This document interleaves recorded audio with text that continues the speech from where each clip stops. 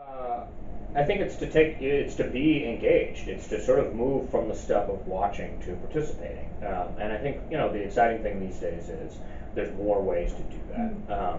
But I still think at the end of the day, notwithstanding everything we said about the amazing doors that social media and sort of the online campaigns are opening up now, there is no substitute for that real live human to human interaction. So I think for folks who want to be more engaged, go, if you support a candidate, if you don't, go to if you can go to an event, go to an event. Now that's not the case in a lot of places that you get that opportunity. But if you support a campaign, go volunteer for that campaign. And figure out what it is you can do to help with that, because I think it gives you a window in that process, and it matters. I mean, it's not these campaigns for all the money that's spent. It really does matter having real people there communicating. I mean, one of the things that really made the Obama campaign successful in 2008, and as much or more so probably in 2012, was having neighborhood volunteers who developed relationships over a period of time to bring volunteers in to help carry the case for why to support their candidate. I think that's a way to be engaged and really to get something out of it and to actually affect the process. And by the way, is what the whole point of our democracy is. It's to be self-governing. It's to be participatory, and those are the ways to do that.